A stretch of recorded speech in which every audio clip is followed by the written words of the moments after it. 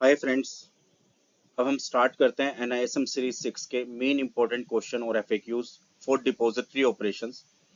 और आज का जो चैप्टर हम कवर करेंगे वो चैप्टर है ट्रेडिंग एंड सेटलमेंट। लीजिए स्टार्ट करते हैं। फर्स्ट इंपॉर्टेंट पॉइंट है, what is the procedure for selling dematerialised securities. कि जो डीमेट फॉर्म में जो सिक्योरिटीज है, शेयर्स है, जो इलेक्ट्रॉनिक फॉर्म में उसको बेच के प्रोसेस क्या है सेल करने का। तो इसमें हमारे पास है procedure for buying and selling dematerialised securities is almost similar for buying and selling of physical securities. Difference क्या है? Difference lies in the process of delivery in case of sale or receipt in case of purchase of security. अब होता क्या है? In case of purchase, broker will receive the securities in his account on the payout date. जब जो भी हम अगर suppose कोई इन्वेस्टर है वो अपने किसी शेयर्स को सिक्योरिटीज को परचेज कर रहा है तो ब्रोकर के अकाउंट में पे आउट डे के दिन ये ब्रोकर्स के अकाउंट में वो सिक्योरिटीज आ जाती है। उसके बाद broker will give instruction to his DP. जो ब्रोकर है वो अपने डिपॉजिटरी पार्टिसिपेंट को इंस्ट्रक्ट करता है to debit his account and credit BO's account. तो जो इन्वेस्टर्स ने शेयर खरीदे होते हैं वो उसके अकाउंट में क्रेडिट करने के लिए अपने डीपी को इंस्ट्रक्ट करता है कि उसका ब्रोकर का अकाउंट को डेबिट कर लिया जाए और बीओ का अकाउंट को क्रेडिट कर दिया जाए। जब ये बीओ के अकाउंट में क्रेडिट होते हैं तो उसमें BO need to give receipt instruction to DP for receiving credit by filling the appropriate form. अब जो बेनिफिशियल ओनर है जिसने परचेज किए थे, जिसने बाय किए थे, अगर उसको अपने अकाउंट में क्रेडिट चाहिए तो वो अपने जो अपना ब्रोकर है उसको वो एक रिक्वेस्ट करेगा which is called receipt instruction. वो इसको इंस्ट्रक्शंस देगा कि आप मेरे उस अकाउंट में क्रेडिट कर दीजिए, तब वो ब्रोकर उसके अकाउंट में क्रेडिट करेगा। हाउएवर, बट अगर ऐसा केस में BO can give standing instructions for the credit to his account. But ये एक वन टाइम स्टैंडिंग इंस्ट्रक्शंस भी दे सकता है जो इन्वेस्टर होता है या जो बीओ होता है अपने ब्रोकर को कि जब भी मैं बाय करूं तो मुझे रिसिप्ट इंस्ट्रक्शंस का रिक्वायरमेंट ना पड़े, बेसिस स्टैंडिंग इंस्ट्रक्शंस मेरे अकाउंट में वो ऑटोमेटिकली क्रेडिट हो जाए एवरी टाइम। तो ये वन टाइम एक्सरसाइज हो गई। अब है इन केस ऑफ सेल। अगर मैं बीओ हूँ, बेनिफिशियल अकाउंट ओनर है, मैं अकाउंट हूँ, इन्वेस्टर हूँ, मेरा डीमेट अकाउंट है, अब मेरे को सेल करने हैं तो BO will give delivery instructions through delivery instruction slip. तो जो बीओ होगा जिसका अकाउंट है वो डीआईएस डिलीवरी इंस्ट्रक्शन स्लिप के थ्रू इंस्ट्रक्शन देगा to DP to debit his account and to credit broker's account, कि उसका अकाउंट डेबिट कर ले और जिस ब्रोकर के थ्रू उसको बेचना है वो ब्रोकर का अकाउंट क्रेडिट कर दे। Such instructions should reach to the DP office at least 24 hours before the paying. इस तरह की कोई भी इंस्ट्रक्शन है तो वो डीपी के पास एटलीस्ट 24 आवर्स बिफोर पेइंग पहुंचना चाहिए। अदरवाइज अगर ऐसा नहीं हुआ तो DP will accept the instructions only at BO risk. अगर इस टाइम पर नहीं पहुंचता है तो डीपी कोई भी इस तरह की जो रिक्वेस्ट एक्सेप्ट करेगा वो बेनिफिशियल ओनर के अकाउंट के रिस्क के ऊपर करेगा। What standing instruction, what standing instruction is given in the account opening form. कि जब अकाउंट ओपनिंग फॉर्म होता है तो किस तरह की स्टैंडिंग इंस्ट्रक्शन दी जाती है। In a bank account credit to the given only when a pen slip is submitted together with the cash और चेक। तो देखिए जब भी बैंक में हम लोग अगर हमें कोई क्रेडिट चाहिए होता है तो हम लोग क्या करते हैं, हम लोग पेन स्लिप के थ्रू, अगर कैश जमा करना है तो पेन स्लिप या चेक जमा करना है तो पेन स्लिप के थ्रू वो हम जमा करते हैं और फिर हमारे अकाउंट में क्रेडिट आता है। सिमिलरली इन डिपॉजिटरी अकाउंट, इसी तरह अगर हमारे डिपॉजिटरी अकाउंट है तो receipt in form has to be submitted. तो मेरे को जहां डीमेट अकाउंट है मेरा वहां पे अगर मुझे शेयर्स का क्रेडिट चाहिए तो मुझे इसी तरह का रिसिप्ट इन फॉर्म सबमिट करना पड़ेगा to receive the securities in account.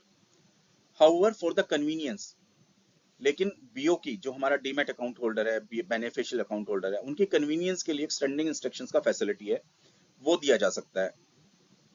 अगर आपने स्टैंडिंग इंस्ट्रक्शंस को यस कर दिया तो आपको फिर बार बार जब भी आप शेयर बाई करेंगे और जब आपके शेयर्स अकाउंट में क्रेडिट होने हैं तो आपको रिसिप्ट इन स्लिप की रिक्वायरमेंट नहीं पड़ेगी, वो आपको सबमिट नहीं करना।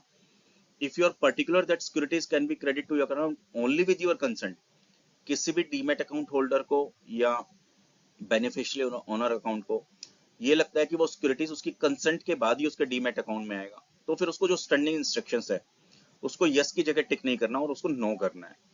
अगर उसने यस कर दिया तो जो भी उसके सिक्योरिटीज बाय के होंगे, जो भी उसके सिक्योरिटीज ऑटोमेटिकली अकाउंट में आएंगी, वो ऑटोमेटिकली क्रेडिट हो जाएंगी।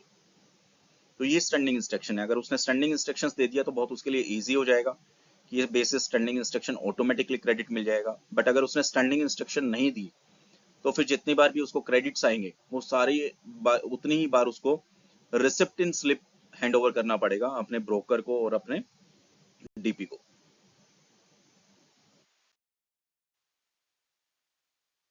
अब है what is the delivery instruction slip.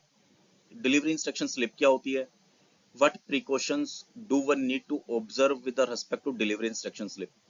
तो जैसे हम जब चेक लेते हैं किसी को अकाउंट में ट्रांसफर करने के लिए, वैसे ही हम सिक्योरिटीज को ट्रांसफर करते हैं तो हम डीआईएस सबमिट करते हैं, डिलीवरी इंस्ट्रक्शन स्लिप। उसमें क्या क्या प्रिकॉशन रखना चाहिए जब हम वो स्लिप भरते हैं या स्लिप को हैंड ओवर करते हैं अपने डीपी को। तो इसमें टू गिव डिलीवरी, अभी हमें किसी शेयर की डिलीवरी देनी है तो हमें जैसे हम चेक से अमाउंट ट्रांसफर करते हैं, अमाउंट देते हैं, वैसे ही अगर हमें कोई शेयर्स की डिलीवरी देनी है, किसी को ट्रांसफर करने हैं, तो one has to fill a form. उस फॉर्म को भरते हैं डिलीवरी इंस्ट्रक्शन स्लिप। इस स्लिप के फुलफिलमेंट और इसके स्लिप के एग्जीक्यूशन के बाद ही शेयर ट्रांसफर होते हैं। डीआईएस में be compare to a chequebook of the bank account. तो जैसे बैंक अकाउंट में चेक होता है उसी तरह से कंपेयर किया जाता है। अब इसमें क्या क्या प्रिकॉशन करना है? Ensure and insist with the DP to issue DIS book. तो आप अपने सबसे पहले अपने डीपी को बोलें कि आपको डीआईएस बुकलेट सबमिट आपको इशू करें, जैसे चेकबुक इशू करता है bank. Submit DIIs instruction request slip duly complete in all respect. जो आपकी डीआईएस रिक्वेस्ट जहां से आप शेयर की डिलीवरी देनी है, जहां पे आपको ट्रांसफर करने हैं, वो कंप्लीटली फिल होनी चाहिए इन ऑल रेस्पेक्ट, और वही आप अपने डीपी को हैंड ओवर करें। ये इंश्योर करें कि जो डीआईएस नंबर है आपकी डिलीवरी इंस्ट्रक्शंस बुकलेट पर वो प्रिंटेड हो, and DP takes acknowledgement for the DIS booklet. जो भी डीपी होता है वो आपको जब भी डीआईएस बुकलेट आपको इशू करेगा, जैसे चेकबुक इशू करते हैं, उसकी आपकी एक्नॉलेजमेंट लेगा कि आपको वो हैंड ओवर कर दिया है, आपके पास वो अब आपकी कस्टडी में है आपकी DIIs. Ensure that your account number, जो हमारा अकाउंट नंबर होता है जिसको हम क्लाइंट आईडी बोलते हैं, ये प्री स्टैम्प्ड हो, वहां पे हमें मैनुअली ना लिखना पड़े, बट ये ऑलरेडी प्री प्रिंटेड आए। If the account is a joint account, अगर हमने डीमैट अकाउंट जो खोला है वो अगर हमारा ज्वाइंट अकाउंट है, तो all the joint holders have to sign the instruction slip. तो सारे ज्वाइंट होल्डर को वो इंस्ट्रक्शन स्लिप साइन करनी पड़ेगी। And instructions can not be executed if all joint holders has not signed. अगर सारे ज्वाइंट होल्डर ने साइन नहीं किया तो इंस्ट्रक्शन जो स्लिप है वो एग्जीक्यूट नहीं होंगी। अवॉइड यूजिंग लूज स्लिप, अगर आपको कोई कभी रिक्वायरमेंट पड़ती है तो आप कोशिश करें अवॉइड करने का लूज स्लिप का। Do not leave signed blank DIIs with anyone. आप किसी भी सिचुएशन में जो ब्लैंक साइंड डीआईएस है वो आप किसी के पास ना छोड़ें। उसमें आपको बहुत बड़ा रिस्क हो सकता है, कोई भी डिटेल भर के वो ट्रांसफर वो शेयर्स को कहीं पर भी ट्रांसफर कर सकता है। तो जब आप की बात हो रही है कि do not leave signed blank DIIs with anyone, तो ना ब्रोकर के पास छोड़ें, ना सब ब्रोकर के पास, किसी भी पर्सन और एंटिटी के पास छोड़े नहीं। अदरवाइज अगर आपने साइंड और ब्लैंक है तो somebody can fill all the details and the shares can be transfer. जहां पे भी उस बुकलेट में जो भी इंस्ट्रक्शंस होंगे उसके बेसिस पे वो शेयर ट्रांसफर हो सकते हैं। Keep the DIS book under lock and की व्हेन नॉट इन यूज। तो आइडियली आप अपने डीआईएस बुकलेट को मिसयूज रोकने के लिए लॉक एंड की के अंदर रखें, सो दैट वो मिसयूज ना हो, थेफ्ट ना हो, चोरी ना हो और मिसयूज ना कर ले कोई। If only one entry is made in the DIS book, अब देखिए उसमें बहुत सारे प्लेसेस होंगे, 1 2 3 4।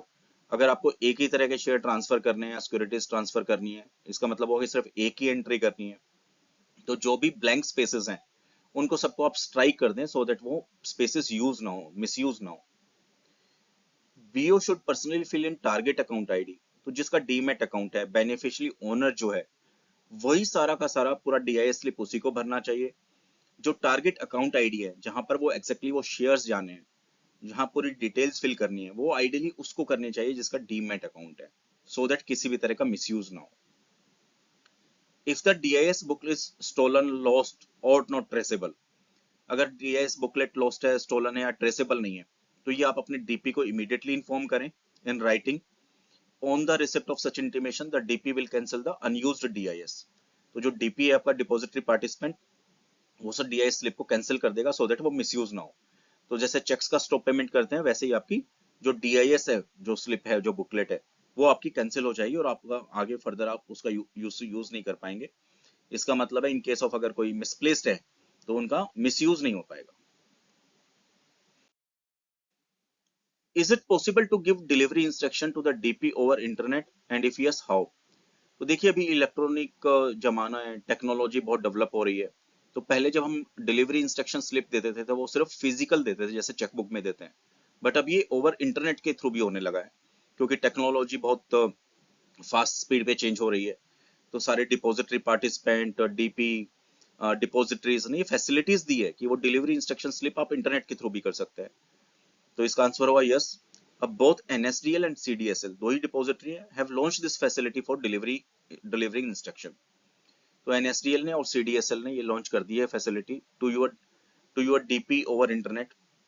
तो हमारे पास डीपी के थ्रू ये फैसिलिटीज है जिसको हम बोलते हैं e speed e and EASI respectively. तो जो एनएसडीएल है वो यूज करता है उस पोर्टल को बोलते हैं स्पीड ई, और जो सीडीएसएल यूज करता है उसको बोलते हैं EASI. The facility can be used by the registered BOs after paying the applicable charges. तो जो रजिस्टर्ड बीओ होते हैं इन फैसिलिटीज के, वो जो रेस्पेक्टिव चार्जेस हैं वो पेमेंट करने के बाद इन फैसिलिटीज को वो अवेल कर सकते हैं और किसी भी तरह की जो डिलीवरी इंस्ट्रक्शंस है वो इस पे इंटरनेट के पोर्टल के थ्रू कर सकते हैं। Is it possible to get securities allotted in public offering directly in the electronic form? Yes. देखिए अब तो वैसे भी सेबी का मैंडेट है, गाइडलाइन है कि जितने भी पब्लिक ऑफर्स आएंगे, जो आईपीओस आएंगे, उसमें जो भी सिक्योरिटीज अलॉट होंगी वो सब डीमैट में ही होंगी। तो it is possible to get securities allotted to the public offering directly in the electronic form. In the public issue application form, there is a provision to indicate the manner in which an investor wants to securities to be allotted. तो ये पहले क्या करते थे कि आपके पास option होता था कि आप इसमें आप फिजिकल शेयर्स में ले लीजिए अगर आपके पास डीमैट अकाउंट नहीं है, या आप इलेक्ट्रॉनिक फॉर्मेट में ले लीजिए। बट अभी रिसेंटली जो नई गाइडलाइंस आई है उसके बेसिस पे जो आईपीओज आएंगे या जो भी पब्लिक ऑफरिंग आएगी उसमें सब में आपका डीमैट अकाउंट के थ्रू ही आएंगी, तो आपको इलेक्ट्रॉनिक फॉर्म में ही होगा। तो he has to mention is BOID, उसी फॉर्म में उसको अपना BOID, name, DPID application form में सबमिट करना पड़ेगा, और उसी की डिटेल के बेसिस पे any allotment will be credited in the BO account. तो जो डिटेल्स उस फॉर्म में होंगी उसके बेसिस पे वो बीओ के अकाउंट में अलॉटमेंट क्रेडिट हो जाएगा। तो इस चैप्टर में यहीं तक। Thank you very much. अगर आपको ये वीडियो पसंद आई हो तो प्लीज इसको सब्सक्राइब करना मत भूलिएगा। Again thank you very much and have a nice day.